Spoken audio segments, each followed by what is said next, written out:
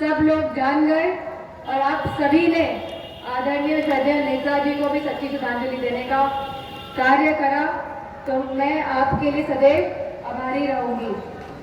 हम सभी जानते हैं कि मैनपुरी लोकसभा क्षेत्र, जसवंत नगर, करेल, किशनी, भोगांव, ये सब इलाका जो है यह समाजवादी विचारधारा का स्रोत रहा है और यहीं से समाजवादी विचारधारा नेताजी और जितने भी आदरणीय बुजुर्गजन आज उपस्थित हैं, आप सब ने इस विचारधारा को खुशबू की तरह पूरे प्रदेश में फैलाने का कार्य किया है।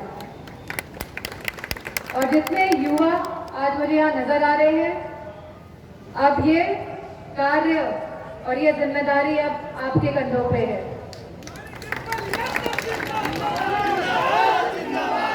समाजवादी पार्टी का झंडा कभी नहीं झुकेगा, ये हमेशा लहराता रहेगा, क्योंकि हमारा संगठन बहुत ही मजबूत संगठन है और वो लोगों के लिए लगातार काम करता है। जब सरकार आती है या सरकार ना हो, हम लगातार सबसे संपर्क में रहते हैं और जो भी दिक्कतें होती हैं आप सब यह सूचना नेताओं तक पहुंचाते हैं और आप सबके दुख दर्द में शामिल होते हैं। तो मैं समझती हूँ आप सब एक और एक दो नहीं बल्कि एक और एक 11 हैं। मौजूदा चुनाव हम जानते हैं 2024 का हो रहा है और कहीं ना कहीं यह चुनाव संविधान और लोकतंत्र को बचाने का भी चुनाव है, क्योंकि आज कोई भी वर्ग, चाहे हमारा किसान हो, चाहे हमारा युवा वर्ग हो, चाहे हमारी माताएं बहनें हो या हमारा जवान हो, आज सभी वर्ग अपने आप को प्रेक्षित महसूस कर रहा है।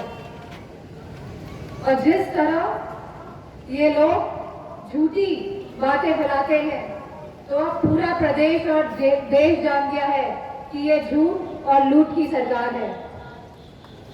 हम सभी जानते हैं कि किस तरह चंदे के माध्यम से भ्रष्टाचार पूरे देश में फैलाया इन लोगों ने। और इसी के साथ आज हमारा हर वर्ग जो अपने आप को मायूस पा रहा है, हमारा किसान भाई हो, चाहे युवा रोजगार के लिए, नौकरी के लिए हो, चाहे हमारी माताएं बहनें सुरक्षा के लिए हो और चाहे हमारे जवान, अग्निवीर जैसी योजना लाके इन सभी ने देश को, राष्ट्र को कहीं ना कहीं नीचा दिखाने का काम किया है, क्योंकि हमारा जवान सरहदों में अपनी जान गंवाता है। वहीं अग्निवीर जैसी योजना लाके, जो केवल 4 साल की योजना है इनकी, और जो हमारे बेटों को वापस घर पहुंचा देंगे 4 साल में, तो मैं समझती हूँ ऐसी सरकार को हटाने का उत्तरदायित्व आप सब युवाओं का है।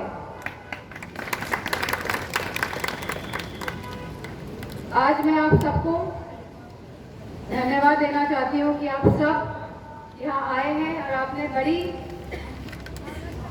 बहुत देर से बैठ के आपने यहाँ पे सबके भाषण सुने हैं।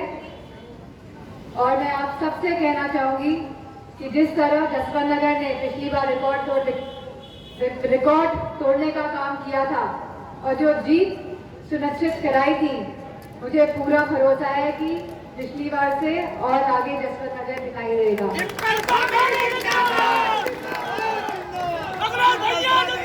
और हमें यह चुनाव बहुत बारीकी से भी और चालाकी से भी लड़ना है।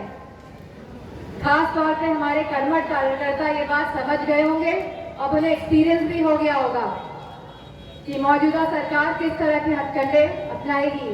लेकिन इस बार हम सब तैयार हैं। जहां आप मजबूती के साथ चुनाव लड़ेंगे, वहां पे मंच में बैठे हुए सभी नेतागण आपके साथ मजबूती के साथ खड़े रहेंगे।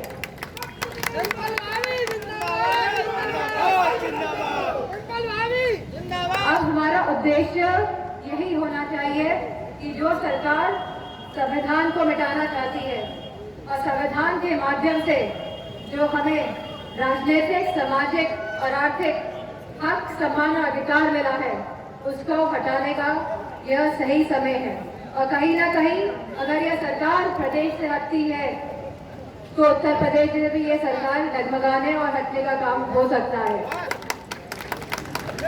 तो हम सबको बढ़ चढ़ के चुनाव में हिस्सा लेना है।